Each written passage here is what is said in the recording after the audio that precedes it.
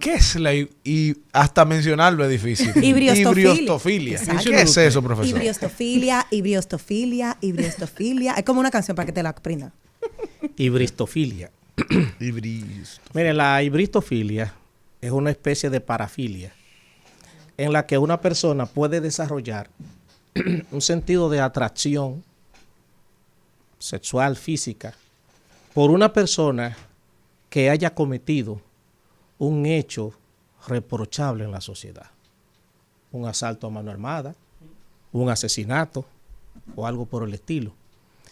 Es una condición que suele darse más en mujeres que en hombres, por el hecho de que la mujer asume la idea de que ella puede cambiar a esa persona, que puede transformarlo, que puede hacer que esa persona que ya socialmente está tipificada como mala, convertirlo en una persona buena. El tema de la hibriostofilia ha venido recientemente a colación ante la situación que se generó después que le dictan sentencia a los jóvenes que lamentablemente cegaron la vida de Joshua Romar Fernández. Y entonces se destapan una serie de fans de uno, justamente el que le cantaron 30 años, que le dicen chiquito. Obviamente, si analizamos el fenómeno de la hibriostofilia, lo que estas tipas, para decirle así, porque para mí son una serie de charlatanes, bandidas, sí, han hecho, eso no puede caer en el elemento de la hibriostofilia. Eso es sinvergüencería, simplemente. ¿Por qué? Voy a poner un ejemplo de algo de que sí fue hibriostofilia en este país. Porque yo veo que quienes han referido el tema solamente se refieren a hechos notables internacionales. Ted Bundy, un tipo que fue acusado de asesinar 36 mujeres, todas muchachas jóvenes universitarias que eran su blanco de público, y que Ted Bundy terminó, aunque lo ejecutaron en la silla eléctrica, pero el tipo terminó recibiendo cartas de amor de muchísimas mujeres en la cárcel y todo eso.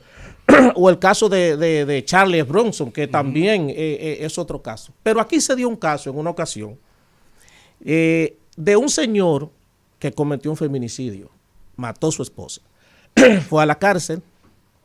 Cuando cumplió condena, que salió, el señor socialmente fue condenado al ostracismo. Y me explico. Su hijo, el único hijo que tenía, nunca lo perdonó, no lo visitó en la cárcel, ni tampoco le dirigió la palabra. Pero cuando él sale de la cárcel, su familia, hermanos y los familiares que le quedaban, no los recibieron. Y mucho menos la familia de la mujer a quien asesinó, tampoco los recibieron. De manera que el tipo estaba durmiendo en la calle y comiendo de lo que aparecía. En medio de esa situación apareció una mujer que se enamoró de él, que decidió mudarlo en su casa. De hecho, yo en esa ocasión escribí un artículo en Acento que lo titulé Los riesgos del amor. Porque cuando a ella le preguntaban, ¿cómo tú te arriesgas a tener una relación con una persona que tiene tal antecedente? Ella lo que decía era, lo que pasa es lo siguiente, yo no creo que él sea capaz de hacer lo mismo mirando las consecuencias de sus actos. Si él está en la calle, durmiendo en la calle, si está pasando hambre, yo no creo que él se atreva a hacerle daño a la persona que ha decidido socorrerlo. Yo decía en ese momento, bueno, si bien la información se está centrando en el caso del señor, aquí también hay que ver el riesgo que esa mujer está corriendo. Porque quizás un hombre puede asesinar a una mujer, un feminicidio, puede asesinarla, quizás puede haber una obnubilación de un momento y quizás esa persona no sea un asesino. Porque el hecho de que tú mates a alguien no te convierte automáticamente en asesino, y me explico. Por ejemplo, aquí hubo un señor que mató a otro por un parqueo. Cuando tú analizas el historial de ese señor, no es un señor ni siquiera que tuviera problemas de ningún tipo, no se había registrado con él ningún tipo de situación con otra gente. Ahora, ese día, la discusión lo llevó a él a un punto que terminó quitándole la vida. Entonces, él mismo decía después, a mí me están tratando como si yo fuese un criminal y yo nunca he hecho nada de eso. O sea, hay momentos que quizás él no haya un manejo adecuado de la ira y entonces tú terminas tomando decisiones de esa naturaleza. Ahora bien, ella entendía que tanto las consecuencias de lo que él hizo como la actitud que ella había asumido hacia él podían hacerlo cambiar y podían hacerlo una persona diferente. Eso es hibristofilia. Quería preguntarte, Rafael, bueno, para centrarme en dos casos que en el tiempo tienen una distancia muy larga, pero me llama la atención. Caso Jenna Saibar, para ubicarnos 1996, y ahora, ¿qué pasó? El caso de Joshua y el caso de Chiquito, porque es el que ha llamado la atención dentro de los tres. En el caso porque era un muchacho que iba a ser un jugador, que bueno, tiene las condiciones y decidió irse por otro lado.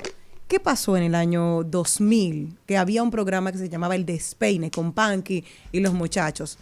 En ese momento estaban hablando de que el principio, no sé por qué se ventilaba, de que estaban recibiendo muchas cartas de amor Mario José Redondo Llenas, que era el primo y quien cometió el asesinato.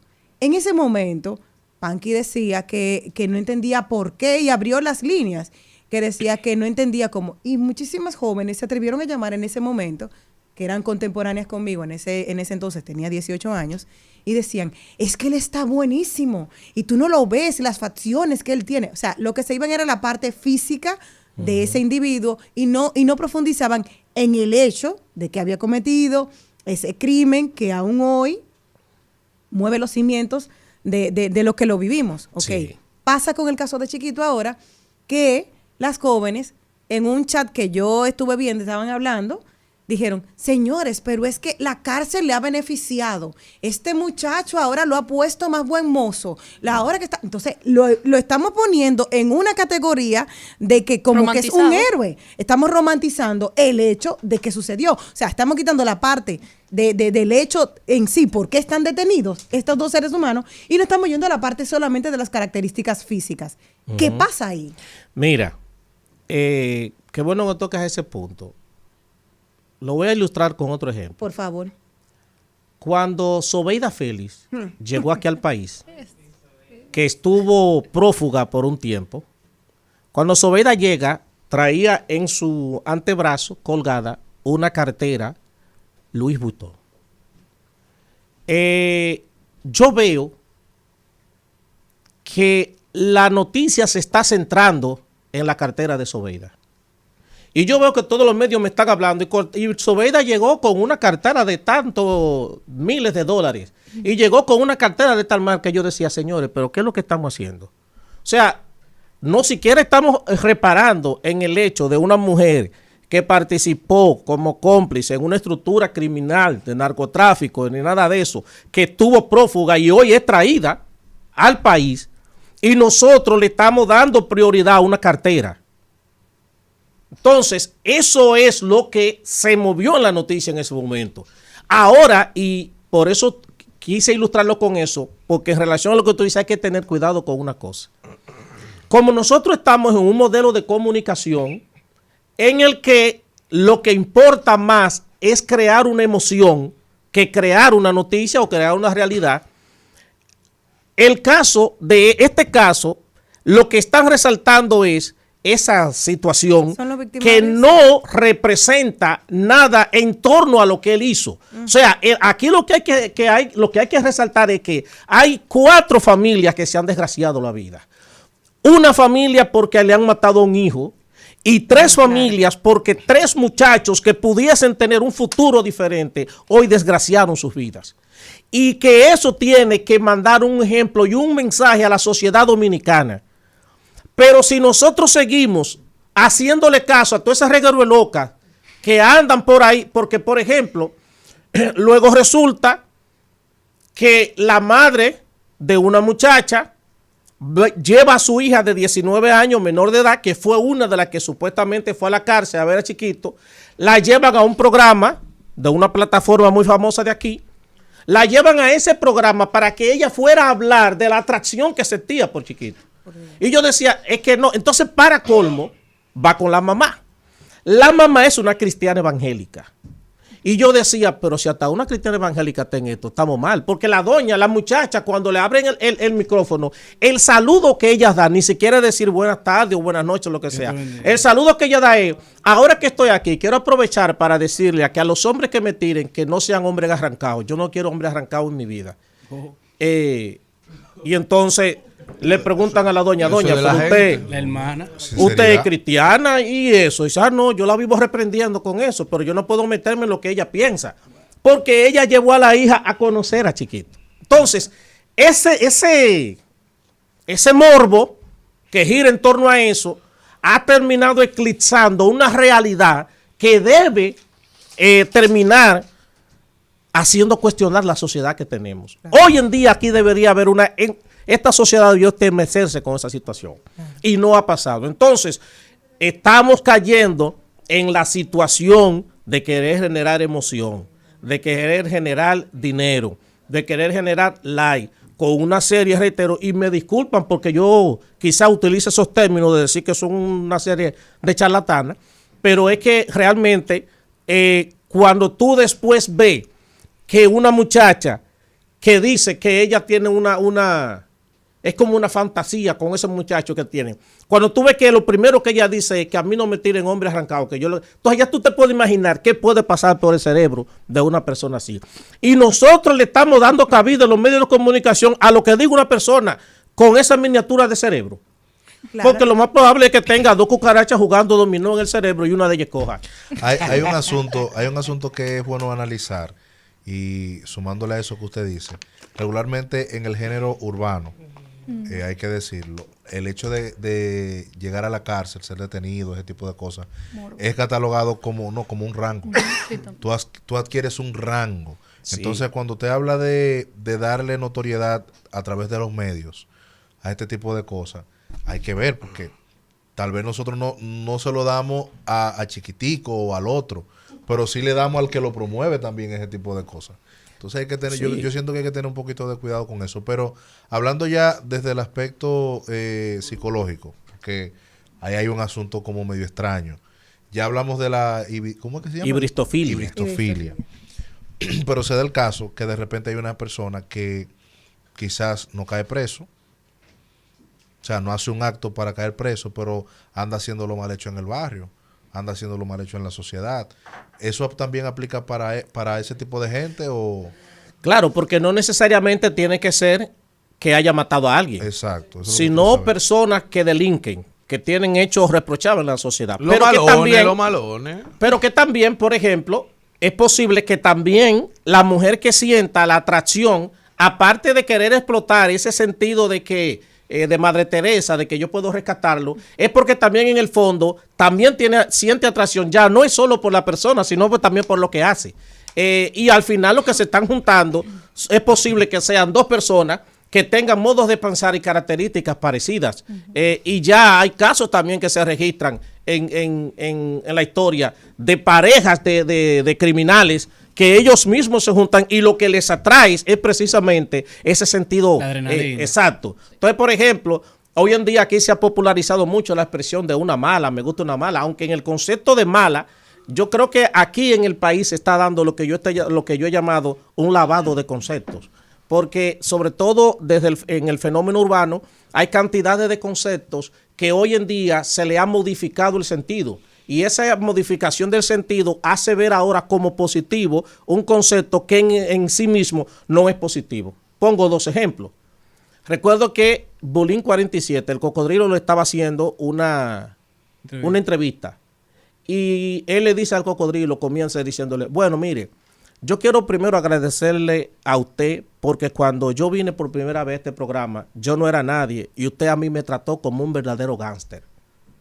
Yeah. Y yo dije, ¿en serio? Sí. Entonces resulta que ahora en el lenguaje de estos muchachos, gángster es como un caballero. Exacto, es una persona que tiene estatus, una persona que... Me trató bien, me hizo bien, me hizo ser parte. Voy yo al estadio Quiqueya a un concierto que tenía gratis Silvio Rodríguez. veo a un muchacho en las gradas, de unos muchachos de por ahí del barrio, y yo subo a sentarme a hablar con los muchachos. Y porque me llama la atención, muchachos jóvenes que están en la época del dembow y viendo a Silvio Rodríguez. Y le pregunto, ¿por qué tú estás aquí? ¿Qué te gusta de ese artista? Y él me responde, ese tipo es un sicario.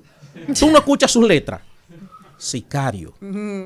Pero resulta... Sicario es un bacano, que le gusta, que es Exacto. duro. Un asesino de las Pero ya letras. hasta la iglesia están en eso. Pero sin embargo, nosotros sabemos que un sicario es una persona que se dedica a asesinar gente Pago por pago. asesino. No, en el lenguaje ahora sicario es otra cosa. Claro. Es una persona que, igual que, aunque no es un fenómeno nuevo, porque nosotros también fuimos suavizando el concepto de verdugo. Y anteriormente, si el verdugo era el que maltrataba, ahora el verdugo es también la persona que tiene... El verdugo, el monstruo. Exacto, el que tiene habilidades, una persona. Entonces, no, fulano es un verdugo. Entonces, Sí. nosotros hemos ido haciendo eso que yo he llamado lavado de concepto. Entonces, desde que se produce esa situación, porque hay que entender que el lenguaje juega un papel fundamental en lo que tiene que ver en la misma condición del cerebro de la gente.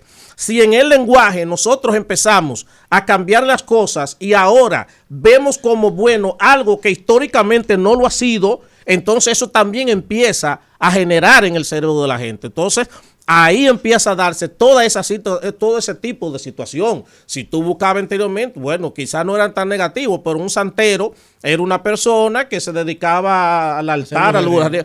Hoy en día un santero es otra cosa. Es totalmente diferente. Entonces, ya desde el mismo lenguaje, nosotros hemos empezado a normalizar cantidades de cosas que no están bien. Rafael, ¿algún último mensaje en relación a este tema?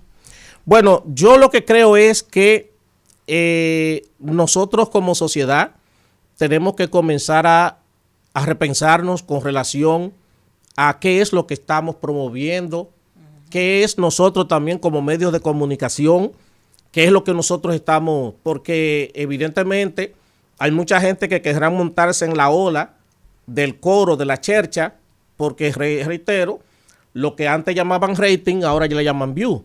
Entonces, los números, hay mucha gente que se manejan con números por rating, otros se manejan por números, por cantidades de like y de view.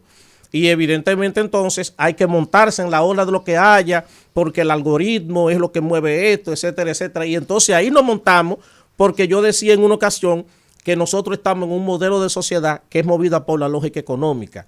Esta es una sociedad, lo que le importa es solamente producir y generar dinero y generar ingresos. El estatus se basa en lo que tú tienes. Exacto, incluso el éxito nivel está material. asociado a niveles de consumo. Entonces, el estatus tuyo se va a basar en función ¿En qué carro tú andas? ¿Cuánto dinero tú tienes? Exacto. Si tú tienes eso, tú estás bien. No, y que, con lo que tú decías, o sea, la que fue a ver a Chiquito no fue a buscar a Chiquito, ya lo que quería era llegar al medio de comunicación para buscar Exacto. el pez gordo, que es el que... Y los medios de comunicación lo que hicieron fue ponerle la lupa para ella poder venderse y ser la vitrina. Entonces, Ya. Chiquito simplemente fue Eso es. el El medio. profiláctico. Búsquelo en el diccionario. Sí, Rafael. porque también puede darse que lo que anden buscando es tener relación con la notoriedad Con la posición. y la exposición que está teniendo la persona en ese momento. Entonces, Claro. en la medida en que yo hago eso, entonces me pongo en el ojo del huracán perfilo. y después entonces allí yo puedo ir a hacerme figura, porque Claro. hoy en día, Sí. lamentablemente, a los medios de comunicación, las figuras que están llegando son las que se hacen virales en redes sociales. Influencers que no influencian. Exacto.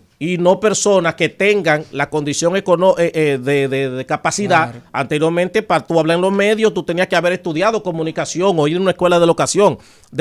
Hoy en día basta con que tú te hagas viral con cualquier disparate en la calle y ya con eso tú reúnes condiciones para que incluso programas importantes del país Te hagan parte. te hagan parte, te llamen, te quieran, te ofrezcan contrato y todo eso, y entonces al final nosotros estamos convirtiendo en líderes de opinión a gente que no deberían ni siquiera tener un celular. Rafael Álvarez, tus redes, Rafael. Aprendo con Rafael y mi canal de YouTube también aprendo con Rafael, ahí se pueden suscribir. Y sigan aprendiendo con Al Mediodía.